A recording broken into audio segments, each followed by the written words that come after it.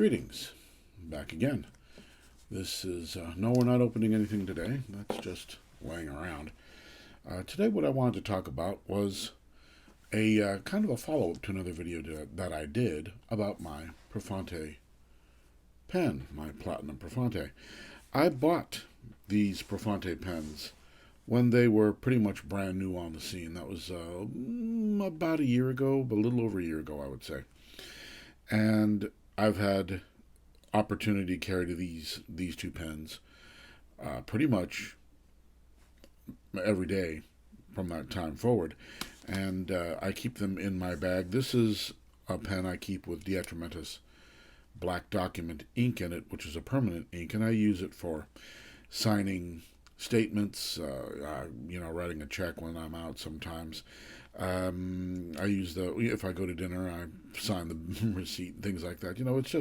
It's just a pen that I've been carrying with me because in the beginning of the pandemic, I didn't want to be using a pen that was, with the server or those kinds of things. It was a little hysterical, I guess.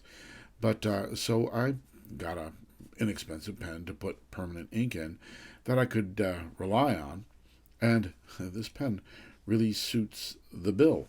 And I bought this one because I had an extra cartridge. I had an extra ink converter because of being stupid when I bought this pen.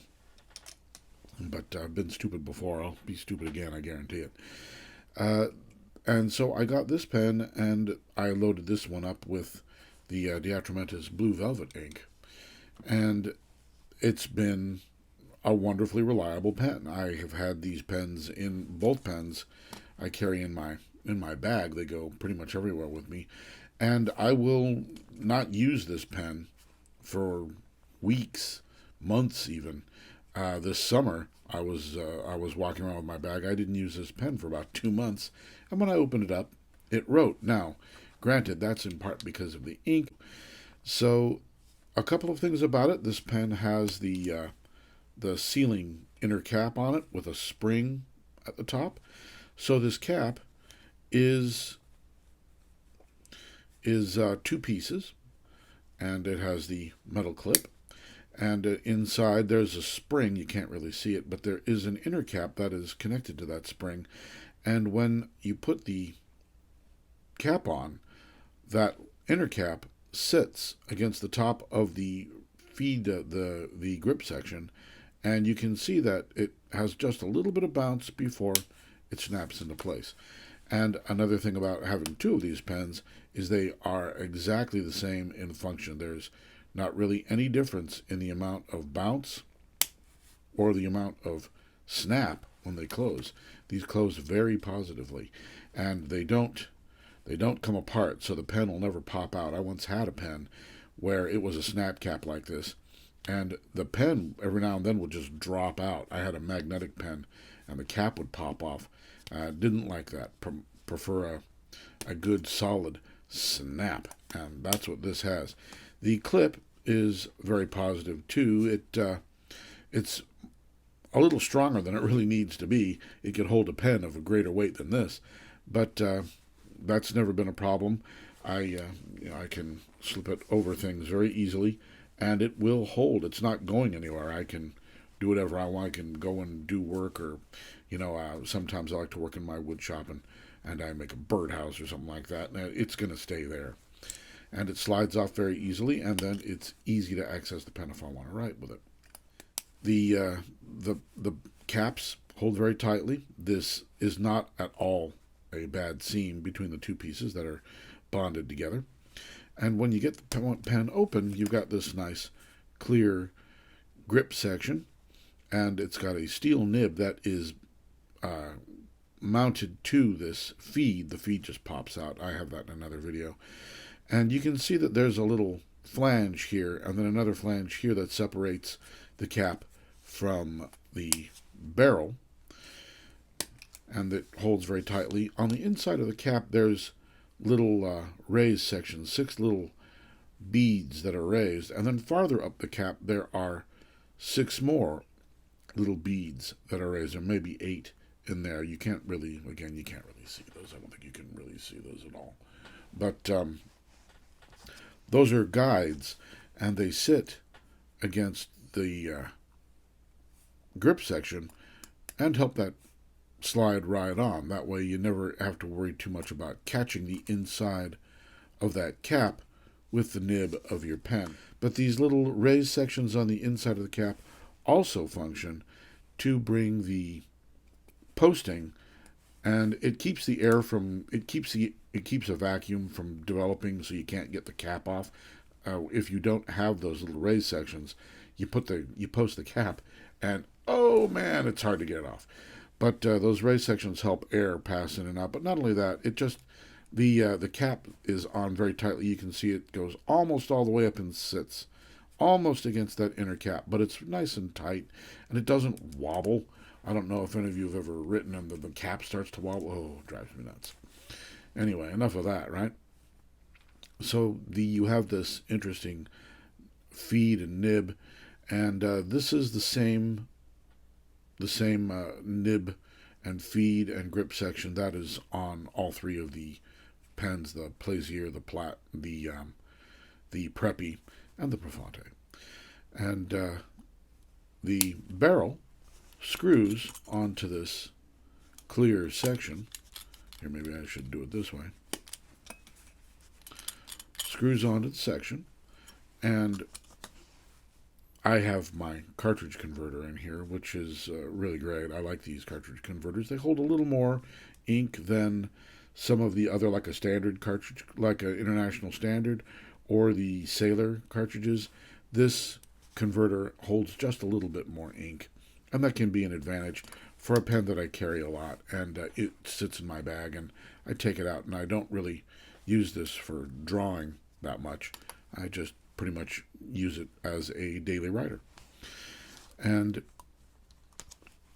when I first got these pens, I was using the cartridge that came with it, the cartridges that came with it, and then just refilling them using an eyedropper. Not an eyedropper, using my syringe.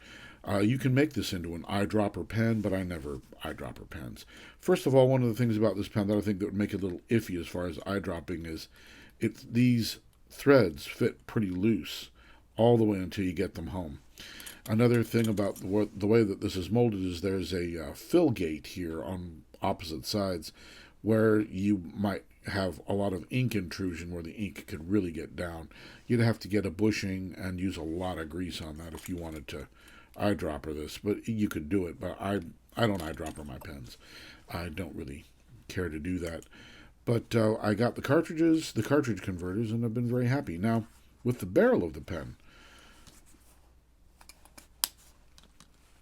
the barrel feels really nice. This is a nice lightweight pen, and because of the problems with my hand, these lightweight is the way to go for me. I actually prefer a smaller pen, but again, these are my everyday carry pens, and I like them to be a little larger so I can find them when they're in a pocket clipped to a shirt. When they are just in the bottom of a bag, they're a little easier to find just because they're a little larger size, and it looks it looks like a more substantial pen when I'm out. But the barrels are really nice. They are a very rigid plastic, and they have kind of an octagonal shape on the inside. I don't think you can see that at all.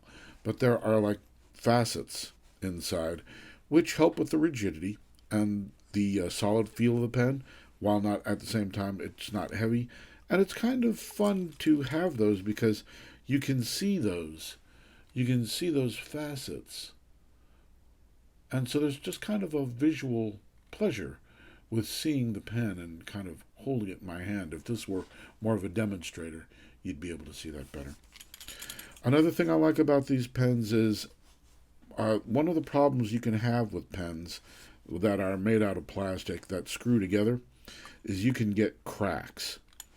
But these pens screw together pretty well, and I don't really have to tighten this.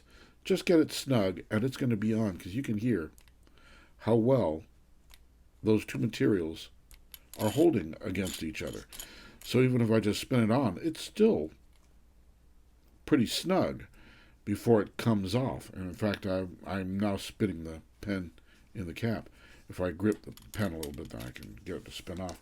But I have these super cheap, like $1 Jinhao pens, and these things, the material that they're made out of, it's for $1. This is a great buy, but it has the little sealer cap in it, and it does work, but it doesn't work all that well. This pen dries out. As you can see, it's dry now, and I haven't really used it more than 2 or 3 times. With these kinds of pens, and you can see that there's a crack in the barrel. I've had these split all the way up where you can't thread them on anymore. And the same thing with the cap. The cap will crack, and then it just won't stay on. And the materials. So the material is kind of cheap, even though it's a decent pen for $1. But you've got to keep up with it. You got to use it and refill it and use it, and then when it cracks and fractures, you throw it away. But this Prefounte is definitely not that way. It looks as good now as it did when I bought it brand new. Of course, I am pretty gentle with my pens these days. That has not always been the case. I usually carry them in some kind of a case or in some kind of a sleeve. I carry my pens in sleeves. Or when they're in my bag actually has slots for my pens to sit in so that they don't knock around with other items. And I don't put them in a pocket. I carry them in a sleeve, or I carry them in a shirt pocket or a jacket pocket, not in a pants pocket, as I've seen some people do, where you can actually break the pen in half and then, yeah, what's that in your pocket? Never mind. Okay, well, I hope that you found this interesting. I don't know. And, well, I will see you again.